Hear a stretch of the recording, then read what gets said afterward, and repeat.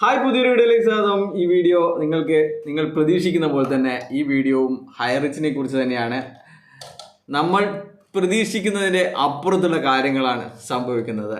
അപ്പോൾ നമ്മൾ പ്രതീക്ഷിച്ചത് എന്നേതായാലും ലീവായിരിക്കും. അപ്പോൾ അടുത്ത ദിവസം 26-ാം തീയതി മാത്രമേ ഇതിൻ്റെ ഓർഡർ വരൂ എന്നാണ് നമ്മൾ പ്രതീക്ഷിച്ചത്. അപ്പോൾ ഇന്നലെ നമ്മൾ ഇതിൻ്റെ സൂചനകൾ തന്നിട്ടുണ്ടായിരുന്നു. എന്നാലും ഇപ്പോൾ ഓർഡർ കിട്ടിയിരിക്കുകയാണ്. 9 പേജുള്ള ഓർഡറാണ്. അപ്പോൾ നമ്മൾ ആ ഓർഡർ ഒന്ന് മലയാളത്തിൽ ആൾക്കാർക്ക് മനസ്സിലാകുന്ന ഭാഷയിൽ പറഞ്ഞു നൽകണം എന്നാണ് ഒരുപാട് ആൾക്കാർ റിക്വസ്റ്റാണ്. അതുകൊണ്ടാണ് ഞാൻ എത്രയും പെട്ടെന്ന് അപ്പോൾ ഞാനൊരു ഷോർട്ട് വീഡിയോ ഇട്ടിട്ടുണ്ടായിരുന്നു. പക്ഷേങ്കിൽ ആൾ പറഞ്ഞു അതിൻ്റെ ഓർഡർ വേണം, അതിൽ എന്തൊക്കെയാണ് പറഞ്ഞതെന്ന് ഇവർ പല ആളും പലതും പറയുന്നുണ്ട്. അതുകൊണ്ട് അതൊന്ന് വിശദീകരിക്കണം എന്നുള്ള റിക്വസ്റ്റിൻ്റെ പുറത്ത് ഞാനൊരു ചെറിയൊരു ശ്രമം നടത്തുകയാണ്. അപ്പോൾ ഹൈക്കോർട്ടിൻ്റെ ഹോണറബിൾ ജസ്റ്റിസ് ദേവൻ രാമചന്ദ്രൻ്റെ വിധി പ്രസ്താവം ഉണ്ടായിരിക്കുകയാണ്. അപ്പോൾ അതിൽ പെറ്റീഷണറായിട്ട് 3 പേരാണ് ഉണ്ടായിരുന്നത്. High rich online shoppe private limited, Kolattu Dasan Prathapan and Sreena Prathapan. അപ്പോൾ ഈ 3 പേരായിരുന്നു പെറ്റീഷണർ. എതിർകക്ഷികളായിട്ട് government of state of Kerala and the competent authority Sanjay M കൗളും മാത്രമാണ് ഇതിൻ്റെ എതിർകക്ഷികളുണ്ടായിരുന്നത്. എതിർകക്ഷികൾക്ക് വേണ്ടി KR രഞ്ജിത്താണ് സ്പെഷ്യൽ പ്ലീഡർ, ഗവൺമെൻറ് പ്ലീഡറാണ് അറ്റൻഡ് ചെയ്തത്. അതുപോലെ നമ്മുടെ കക്ഷികൾക്ക് വേണ്ടിയിട്ട് ഇവരൊക്കെ പറയുന്ന പോലെ തന്നെ അദ്ദേഹത്തെ മോശമൊന്നും പറയുന്നില്ല.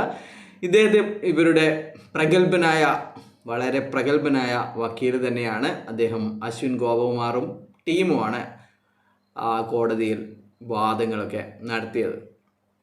അപ്പോൾ ജഡ്ജ്മെൻറ്റ് ഇങ്ങനെയാണ്: petitioners have approached these court impugning Exhibition 6 order, whereby competent authority under the banning of unregulated deposit scheme 2019 buds act എന്ന് പറയും, has ordered a provisional attachment of all their accounts and their allied firms. അപ്പോൾ ഈ കണ്ണട ഒന്ന് മാറ്റാണ്, കണ്ണടി ഇല്ലാണ്ടും എനിക്ക് വായിക്കാൻ പറ്റും. They say the incredible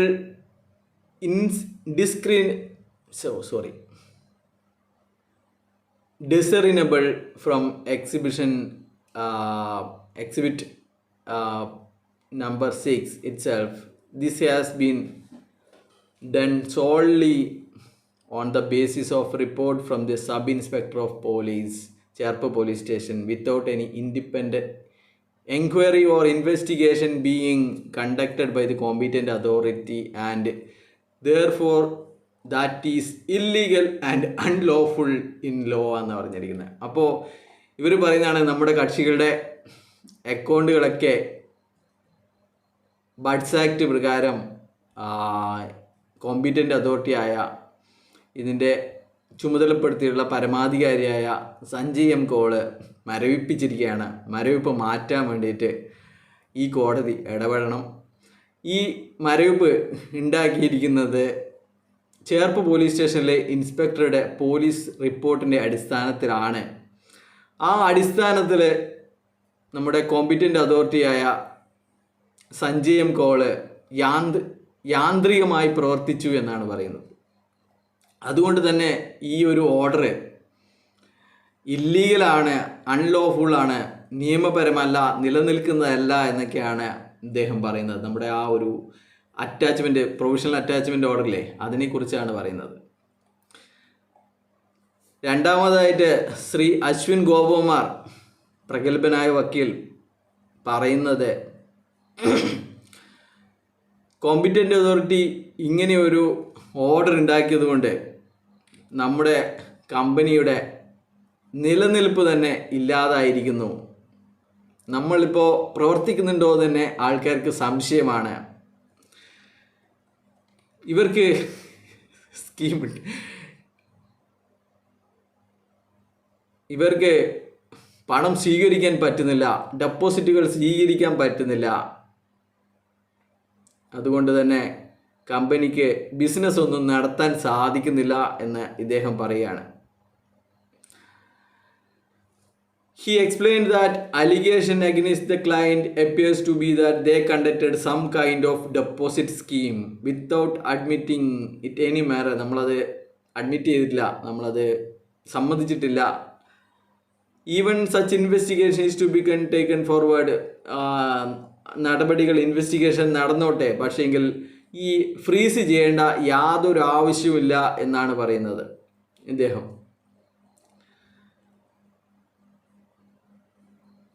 അങ്ങനെ നമ്മൾ അങ്ങനെ ഇറഗുലർ ആയിട്ടുള്ള ഡെപ്പോസിറ്റുകൾ ചെയ്യുന്നില്ല, നിങ്ങൾ അത് ഏതിനെക്കുറിച്ചും നിങ്ങൾ അന്വേഷണം നടത്തിക്കോട്ടെ, പക്ഷേങ്കിൽ നമ്മുടെ അക്കൗണ്ട് ഫ്രീസ് ചെയ്തിട്ടുള്ള നടപടികളൊക്കെ ഒഴിവാക്കണം എന്ന് ഇദ്ദേഹം താണ് വീണ് പറയുകയാണ്. അതിനുശേഷം നമ്മുടെ ഗവൺമെൻറ്റിൻ്റെ വക്കീൽ പറഞ്ഞു, KR Ranjith learned special government pleader began he submission. അദ്ദേഹം പറയാൻ തുടങ്ങി. അപ്പോൾ ഇവിടെ ഒരു കാര്യം പറയേണ്ടത്, ഒരു തളവും കൂടി പറയണം. ഈ നേതാക്കന്മാർ, ലീഡർമാർ പറഞ്ഞത് നമ്മുടെ കോടതിയിൽ 21-ാം തീയതി നമ്മൾ സബ്മിറ്റ് ചെയ്തു, അപ്പോൾ നമ്മുടെ വാദങ്ങളൊക്കെ കഴിഞ്ഞു, ഇനിയിപ്പോൾ ഗവൺമെൻറ്റിൻ്റെ വക്കീലിൻ്റെ വാദമാണെന്നൊക്കെ പറഞ്ഞ ഒരുത്തനുണ്ട്, അവൻ്റെ വോയിസ് ഞാൻ കേട്ടിട്ടുണ്ട്. അപ്പോൾ ഏതൊരുത്തനായാലും അവനും നിങ്ങളെ പറ്റിക്കുകയായിരുന്നു എന്ന് ഈ അവസരത്തിൽ പറയുകയാണ്. എല്ലാം പറഞ്ഞു പോകണമല്ലോ. അപ്പോൾ ഗവൺമെൻറ് പ്ലീഡറിൻ്റെ വാദങ്ങൾ ഇങ്ങനെയായിരുന്നു. നമ്മുടെ ഇദ്ദേഹം പറയുന്നതൊന്നും നിയമപ്രകാരം നിലനിൽക്കുന്നതല്ല. റിട്ട് പെറ്റീഷൻ, ഈ പെറ്റീഷൻ തന്നെ നിയമപ്രകാരം നിലനിൽക്കുന്നതല്ല.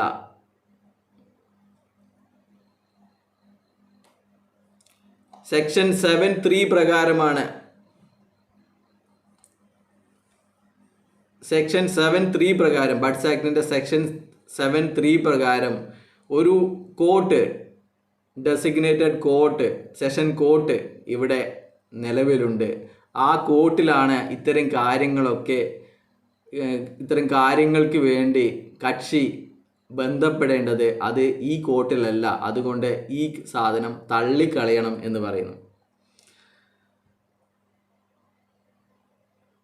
അതുപോലെ തന്നെ സെക്ഷൻ 13-ഉം 15-ഉം പ്രകാരം ആ കോർട്ടിന്, സെഷൻ കോർട്ടിന് എല്ലാ അധികാരവും നൽകിയിട്ടുണ്ട് ഇത്തരത്തിലുള്ള ഫ്രീസിങ് മാറ്റാനോ അല്ലെങ്കിൽ അത് മോഡിഫൈ ചെയ്യാനോ, എന്നുവെച്ചാൽ ഇവർ പറയുന്ന പോലെ ചില അക്കൗണ്ടുകൾ മാറ്റിത്തരാനോ, അല്ലെങ്കിൽ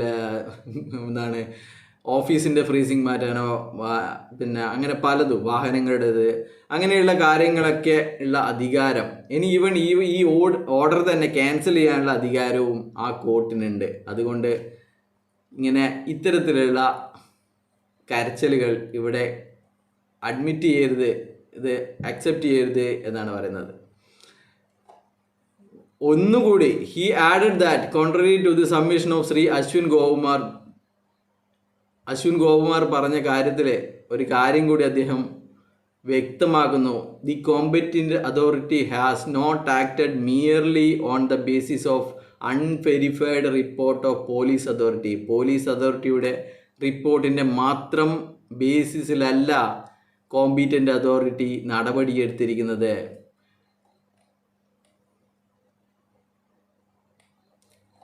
കോമ്പീറ്റൻ്റ് ക്രിമിനൽ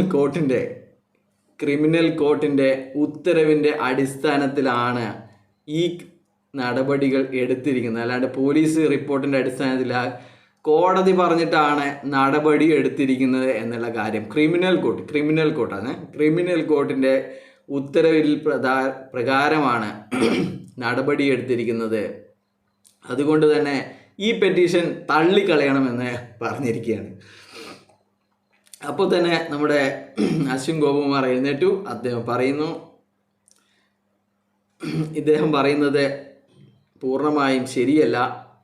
FIR ഇട്ടിരിക്കുന്നത് ഒരു പോലീസ് ഓഫീസറാണ്. പണ്ടത്തെ പോലീസ് ഓഫീസറും ഈ സ്ഥാപനവും തമ്മിൽ നമ്മളെ ഏത് ലൊട്ട നേതാക്കന്മാരും, നമ്മുടെ ഈ വാട്സപ്പ് നേതാക്കന്മാരൊക്കെ പറയുന്നത് പോലെ തന്നെ നമ്മുടെ ഗവൺമെൻറ് അശ്വിൻ ആ ലെവലിലേക്ക് താണിരിക്കുകയാണ്. അദ്ദേഹം പറയുന്നത് ഈ പെറ്റീഷൻ, ഈ ഒരു കാരണം ഉണ്ടാകുന്നത് ഒരു പോലീസ് ഓഫീസർ, നമ്മുടെ കമ്പനിയുമായിട്ട് യാതൊരു ബന്ധവുമില്ലാത്ത ഒരു പോലീസ് ഓഫീസറാണ് ഇതിൻ്റെ പിന്നിൽ. ആ പോലീസ് ഓഫീസർ എങ്ങനെയോ ഒരു റിപ്പോർട്ട് ഉണ്ടാക്കിയിട്ട് പോലീസ് അതോറിറ്റിയെ കൊണ്ട് ആണ് ഇതൊക്കെ ചെയ്യിപ്പിച്ചത്. He reiterated that this is now causing a death knell. അത് പക്ഷേങ്കിൽ നമ്മുടെ സ്ഥാപനത്തിൻ്റെ മരണമണിയായിരിക്കുകയാണ്. He reiterated that this is now causing a death knell to the operation of the first petitioner. പക്ഷേങ്കിൽ അത്തരം കാര്യങ്ങൾ നമ്മുടെ സ്ഥാപനത്തിന് മരണമണി മുഴക്കിയിരിക്കുകയാണ്. Company that they are not even position to approach. കമ്പനിക്ക് കോർട്ടിൽ പോകാൻ പോലും പൈസ ഇല്ലാത്ത അവസ്ഥയിലാണ്. കോർട്ട് ഇങ്ങനെ ഒരു കമ്പനി, ജനങ്ങൾ ഇങ്ങനെ ഒരു കമ്പനി ഉണ്ടോ എന്നാണ് ഇപ്പോൾ ചോദിക്കുന്നത്. their existence itself being peril. അവരുടെ നിലനിൽപ്പ് തന്നെ അവതാളത്തിലാണ്. അതൊക്കെ ഈ കരച്ചിലൊക്കെ കാണുന്നുണ്ട്. അപ്പം ഞാൻ ഇന്നലെ പറഞ്ഞിട്ടുണ്ടായിരുന്നു കരച്ചിലായിരുന്നു എന്ന്. അപ്പോൾ ഇതൊക്കെ കഴിഞ്ഞതിന് ശേഷം നിങ്ങൾ എന്തെങ്കിലും നമുക്ക് താ എന്ന് പറഞ്ഞിട്ട് അദ്ദേഹം അവസാനിപ്പിക്കുകയായിരുന്നു ചെയ്യുന്നത്. അതിനുശേഷം നമ്മുടെ ശരിക്കുള്ള വിധി വന്നിരിക്കുകയാണ്. ദേവൻ രാമചന്ദ്രൻ പറഞ്ഞിരിക്കുന്നത്, I must record up front, നിങ്ങളെല്ലാവരോടും പറയട്ടെ, ഇത്തരത്തിലുള്ള നോർമൽ സർക്കംസ്റ്റാൻസസ് സാധാരണഗതിയിൽ ഈ കോർട്ട് ഇത്തരം കാര്യങ്ങളിൽ ഇടപെടാറില്ല. ബഡ്സ് ആക്ട് പ്രകാരം order which is issued under section 17 BUDS ആക്ടിൻ്റെ സെക്ഷൻ 17 പ്രകാരം ഒരു ഉത്തരവ് ഇറക്കി കഴിഞ്ഞു കഴിഞ്ഞാൽ ഈ കോടതി അത്തരം കാര്യങ്ങളിൽ ഇടപെടാറില്ല. It will be for the petitioners to approach designated court constituted. ഇതിനു വേണ്ടി നിയമപ്രകാരമായി ബഡ്സ് ആക്ടിൻ്റെ നിയമപ്രകാരമായിട്ട് ഒരു കോർട്ട് നിലനിൽക്കുന്നുണ്ട്. നമ്മുടെ ആക്ഷേപമുള്ളവർക്ക് എല്ലാ റൈറ്റും ഉണ്ട് അവിടെ പോയി വാദിക്കാൻ വേണ്ടി. ഇവരുടെ എല്ലാ ആവശ്യങ്ങളും അവകാശങ്ങളും സ്ഥാപിച്ചെടുക്കാനുള്ള എല്ലാത്തരം ഇതും അവിടെയുണ്ട്. അതുതന്നെയാണ് ഗവൺമെൻറ്റിൻ്റെ വക്കീലും ഇവിടെ ചൂണ്ടിക്കാണിച്ചത്. ഗവൺമെൻറ് വക്കീൽ പറഞ്ഞതുപോലെ തന്നെ നിങ്ങളുടെ ഫ്രീസിങ്ങിൽ മാറ്റം വരുത്താനുള്ള അധികാരവും ആ കോർട്ടിനാണ്, സെഷൻ കോർട്ടിനാണ്. ഹൗവർ, എന്നിരുന്നാലും in the case at hand, ഈ കേസിൽ petitioner implies an urgency that the company is not allowed to operate at least for day-to-day affairs in future. പറയാണ് കമ്പനിക്ക് ദൈനംദിന ചെലവുകൾ പോലും ചെയ്യാനുള്ള പൈസയില്ല എന്ന്. ഇത് ഞാൻ പരിഗണിക്കുന്നു. There is some force of submission that there is also some force in the submission that Sri Ashwin Govumar that the client will require some time to approach designated court to obtain interim order. ഇദ്ദേഹത്തിൻ്റെ സബ്മിഷനിൽ പറഞ്ഞത് ഒരു ചെറിയ time അനുവദിക്കണം നമ്മുടെ ആ court പോകാൻ വേണ്ടിയിട്ട്, പൈസ ഇല്ല. ഇതിപ്പോൾ ചില ആൾക്കാരൊക്കെ പറയില്ലേ, പരീക്ഷയ്ക്ക് പൈസ അടയ്ക്കാനില്ല, കുറച്ച് ഇളവ് അനുവദിക്കണം, എന്നാലും നമ്മൾ പരീക്ഷേൻ്റെ ഫീ അടക്കാം എന്നൊക്കെ പറയുന്ന പോലെ. ഈ ഇതിൽ അതിനിടയ്ക്ക് ഒരു കാര്യം കൂടിയുണ്ട്. ഇവരുടെ വക്കീൽ പറഞ്ഞിരിക്കുന്നത് ഒരു അക്കൗണ്ട് അൺഫ്രീസ് ചെയ്ത് കിട്ടണമെന്നാണ്. അത് നമ്മുടെ ഗവൺമെൻറ് വക്കീൽ പറഞ്ഞത് ആ ഒരു അക്കൗണ്ട് അൺഫ്രീസ് ചെയ്ത് കിട്ടണം എന്നുള്ളത് നിലനിൽക്കില്ല. അതും നിങ്ങൾക്ക് വേണമെങ്കിൽ നമ്മുടെ മറ്റേ കോർട്ട് ഒരു അക്കൗണ്ട് അൺഫ്രീസ് ചെയ്ത് കിട്ടാൻ വേണ്ടിയിട്ടാണ് ഇവർ ഈ കോടതിയിൽ പോയത്, ഒരു അക്കൗണ്ട്. അപ്പോൾ അതിനുശേഷം ഇദ്ദേഹത്തിൻ്റെ അവസാനത്തെ ജഡ്ജ്മെൻറ്റ് പറയുകയാണ്, ഈ സാഹചര്യത്തിൽ ഈ റിട്ട് പെറ്റീഷൻ ഇതുപോലെ തീർപ്പാക്കുന്നു. അപ്പോൾ അദ്ദേഹത്തിൻ്റെ വിധി ഇങ്ങനെയാണ്. ഇതൊക്കെ പറഞ്ഞതിന് ശേഷം I leave liberty to the petitioner to approach the competent court against Exhibit 6 order for which purpose all contentions are left open. അതുകൊണ്ട് നിങ്ങൾക്ക് സെഷൻ കോർട്ടിൽ പോകാനുള്ള എല്ലാ സ്വാതന്ത്ര്യവും ഈ കോർട്ട് അനുവദിച്ചിരിക്കുന്നു. Petitioner will also be in liberty to seek any interim order. എന്ത് മാറ്റം വരണമെങ്കിലും ആ കോർട്ടിൽ പോയിട്ട് നിങ്ങൾക്ക് ചോദിക്കാൻ പറ്റുന്നതാണ്. ഈ കോർട്ടിലേക്ക് വരേണ്ട ആവശ്യമില്ല. മൂന്നാമത്തെ പാരഗ്രാഫ് ABC എന്ന് പറഞ്ഞിട്ട് 3 കാര്യങ്ങളാണ് എന്ത് പറയുന്നത്. In order to enable the petitioner to do അപ്പോൾ ഈ കോർട്ട് പോകാൻ വേണ്ടിയിട്ടും ഇത്തരം കാര്യങ്ങൾക്കും I direct that provisional attachment against the accounts will take effect as on date which it was ordered. ഈ പ്രൊവിഷണൽ അറ്റാച്ച്മെൻറ്റ് ഉണ്ടായിരിക്കുന്ന ആ ഓർഡർ നിലനിൽക്കുന്നതാണ്, ആ ദിവസം മുതൽ നിലനിൽക്കുന്നതാണ്. ദസ് എന്നിരുന്നാലും petitioners to operate them solely for their day-to-day activities. Solely for their day-to-day activities. അപ്പോൾ ഒന്നാമത്തെ പാരഗ്രാഫിലും രണ്ടാമത്തെ പാരഗ്രാഫിലും പറഞ്ഞത് നിങ്ങൾക്ക് ഡെസിഗ്നേറ്റഡ് കോർട്ട് പോയിട്ട് എന്തെങ്കിലും മാറ്റം ഇതിൽ ആവശ്യപ്പെടാവുന്നതാണ്. മൂന്നാമത്തെ പാരഗ്രാഫിൽ പറഞ്ഞിരിക്കുന്നത് solely for their day-to-day activities, however without accepting any deposit or operating any unregulated scheme, money chain scheme, നമ്മുടെ എന്താണ് ടോക്കൺ കൂപ്പൺ ആ സ്കീം 10,000-ൻ്റെ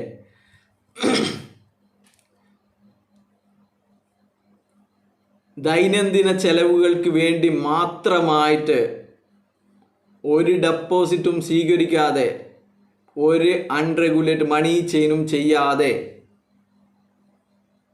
നിങ്ങൾക്ക് ഇടക്കാല ആശ്വാസം തരുകയാണ്. 10 ദിവസത്തേക്ക്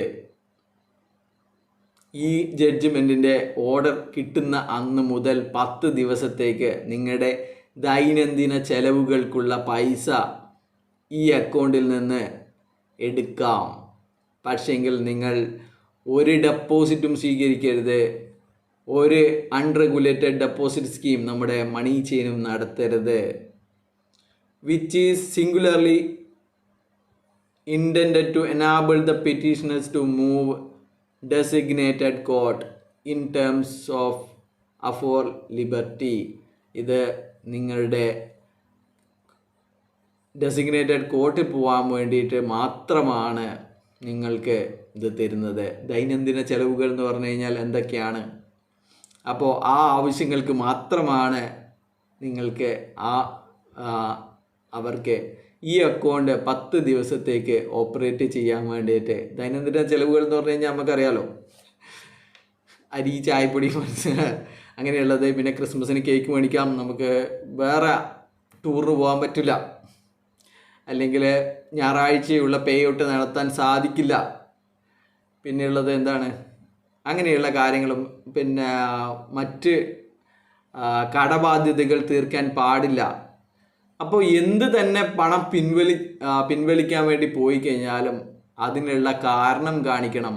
അല്ലാതെ വേറെ എന്തെങ്കിലും ആവശ്യത്തിന് പണം തിരിമറി നടത്തി വിദേശത്തേക്കാരനെ അയക്കാൻ നോക്കിക്കഴിഞ്ഞാൽ, അല്ലെങ്കിൽ മറ്റുള്ള ആർക്കെങ്കിലും കൊടുക്കാൻ ശ്രമിച്ചു കഴിഞ്ഞാൽ അത് കോട്ടലക്ഷ്യമാവും. അത് ദേവൻ രാമചന്ദ്രൻ തന്നെ ചിലപ്പോൾ കേസെടുക്കും എന്ന കാര്യം കൂടി ഇവരെ അറിയിക്കുകയാണ്. അപ്പോൾ ഇത്ര മാത്രമേ ഉള്ളൂ. ഇതൊക്കെ നമ്മൾ ഇന്നലെ തന്നെ പറഞ്ഞതാണ്. ഇതിൽ ഈ കോർട്ടിനെ, ഈ ഒരു സംഭവത്തെ സംബന്ധിച്ചിടത്തോളം ഇത് വക്കീലിന് അറിയാമായിരുന്നു. ഈ ഒരു കോർട്ട് പിന്നെ അല്ല ശരിക്ക് അപ്രോച്ച് ചെയ്യേണ്ടത്, ഇത് സെഷൻ കോർട്ടാണെന്ന് വക്കീലിന് അറിയാമായിരിക്കും. പക്ഷേങ്കിൽ ഇവർക്ക് വെടിപൊട്ടിക്കാനും ആഘോഷിക്കാനും വേണ്ടി മാത്രമാണ് ഈ ഒരു ജഡ്ജ്മെൻറ്റ് ഈ വക്കീൽ വാങ്ങിക്കൊടുത്തത്. ഈ വാങ്ങിക്കൊടുത്തതെന്ന് പറഞ്ഞു കഴിഞ്ഞാൽ വെറും 10 ദിവസത്തേക്ക്.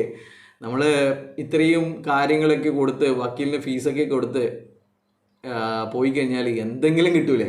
അപ്പോൾ ഇതിൽ ഇടക്കാല ഉത്തരവ് ഉണ്ടായിരിക്കുകയാണ്. നമ്മുടെ കക്ഷികൾക്ക് അനുകൂലമായിട്ട് തന്നെയാണ്. പക്ഷേങ്കിൽ ആ ആനുകൂല്യം എന്ന് പറയുന്നത് വെറും 10 ദിവസത്തേക്ക് ദൈനംദിന ചെലവുകൾക്ക് അതിൽ നിന്ന് പണമെടുക്കാം എന്നുള്ളതാണ്. അപ്പോൾ ഇതൊന്നും ആയിരിക്കില്ല നിങ്ങൾ കഴിഞ്ഞ 48 മണിക്കൂറിൽ നിങ്ങൾ കേട്ടിരുന്നത്. അപ്പോൾ അതൊക്കെ തെറ്റായിരുന്നുവെന്നും നിങ്ങളുടെ പണം ഇനി കിട്ടണമെങ്കിൽ ഈ കോർട്ടിലേക്ക് നിങ്ങൾ മൂവ് ചെയ്യേണ്ടതുണ്ട്. അതിൻ്റെ തൊട്ടടുത്ത പോലീസ് സ്റ്റേഷനിൽ പരാതി നൽകേണ്ടതുണ്ട്. ഇനിയും വഞ്ചിതരാവരുത് എന്ന് മാത്രമേ ഈ അവസരത്തിൽ പറയാനുള്ളൂ. എല്ലാവർക്കും സപ്പോർട്ട് ചെയ്തവർക്കും തെറി വിളിച്ചവർക്കും ഇന്നലെ മിഞ്ഞാന്ന് സപ്പോർട്ട് ചെയ്തവർ ഇന്നലെ തെറി വിളിച്ചവർക്കും ഒരുപാട് നന്ദി. ബൈ.